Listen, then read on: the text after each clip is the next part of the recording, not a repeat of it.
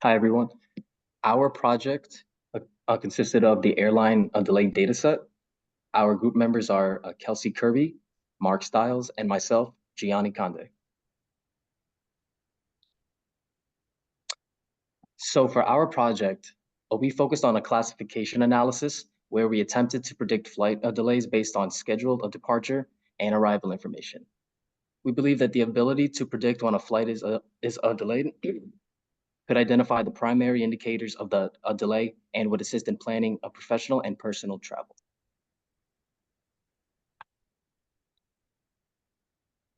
As for our data set, we obtained two airline delay data sets from Kaggle, and the initial data set consisted of 539,382 observations with 8 variables.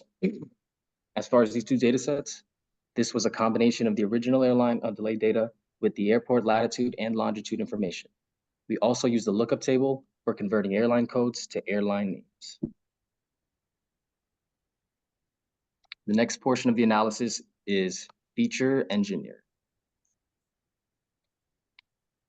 So initially, we conducted this feature engineering process under the basis of trying to simplify certain aspects of the data. For example, the airlines were in the form of airline codes, which can be very confusing.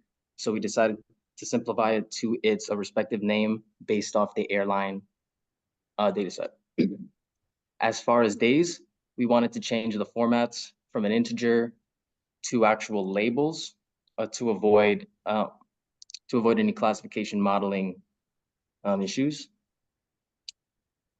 For a departure and arrival times, they were in the form of a minutes elapsed, and that can be very confusing because you would have to divide the total minutes by hours. So instead, we chose to convert it to a traditional format around hours and minutes. As far as locations, we used an inner join to convert the abbreviations to their conventional names. And flight duration was the same as arrival times, where we changed it to an hour and minute format. As for the schema, the observations were changed to about 538,066. And instead of 8 variables, we now have 22.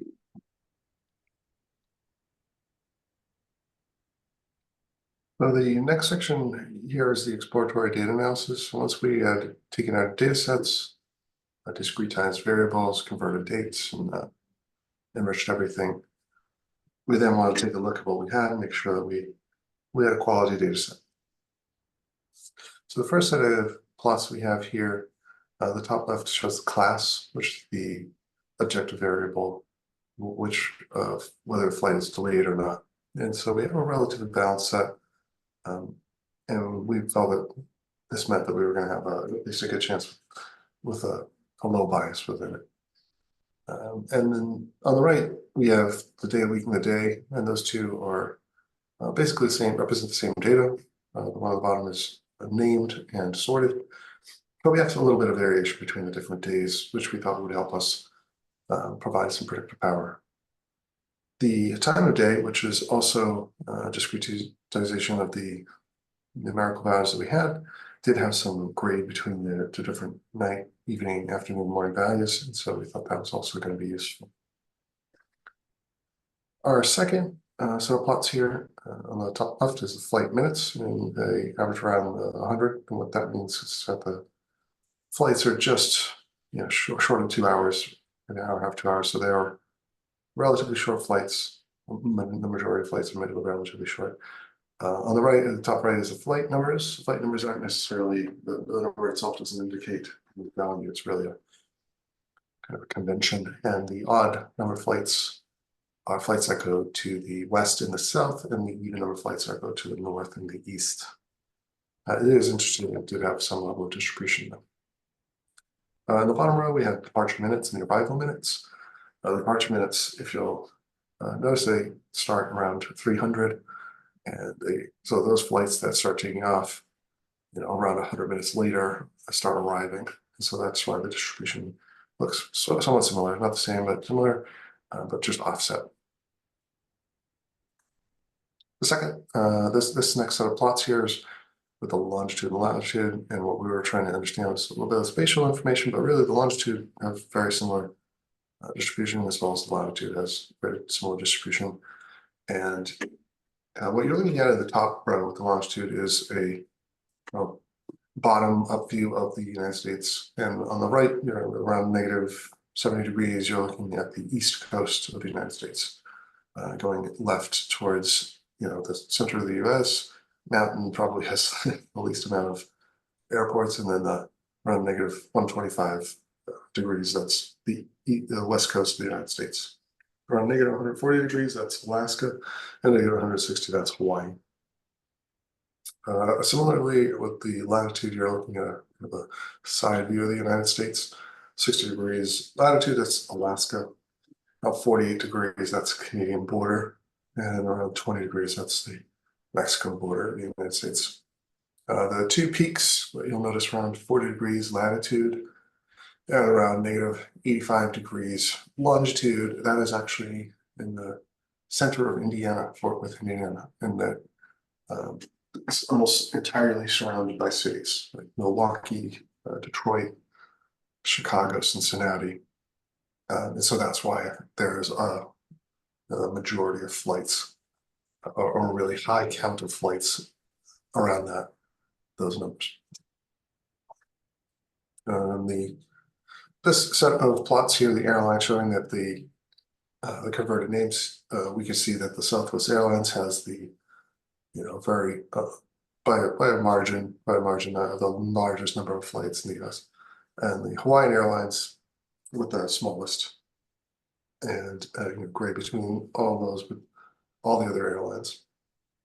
On the right, the plot that you're seeing there is a density plot. The darker the blue, the more flights from that area, and the lighter blue, the less flights. Now, what was interesting is just given the number of airports in the United States, most really did have quite a lot of flights. There weren't really very many that didn't have a lot, but they were interesting where they did. And this is a pairs plot. We didn't have pairs function in this case, but Spark, what you did have, what we did was we generated a layout with a grid that we could put the plots into. And so we, along the diagonal, built a distribution plots with all the rest of the plots being a pair plot with the two variables, as we iterated through each of the numeric variables that we had. The only thing what we were looking for is really relationships between the variables. In the case of naive Bayes, where we want to make sure we have independence, it's assumed independence between the variables. We just wanted to make sure that that was going to hold up. And so what we only found, is there one really strong relationship between departure minute and arrival minutes, and that makes intuitive sense just because, given the short nature of the flights, around 100 minutes, the majority of them flying around 100 minutes, the arrival minutes, departure minutes are relatively close together, or at least in sync. We use the principal component analysis to help identify how many variables contributed to the final prediction. We were surprised that only 3 were involved. Those are the time of departure, length of the flight, and airline.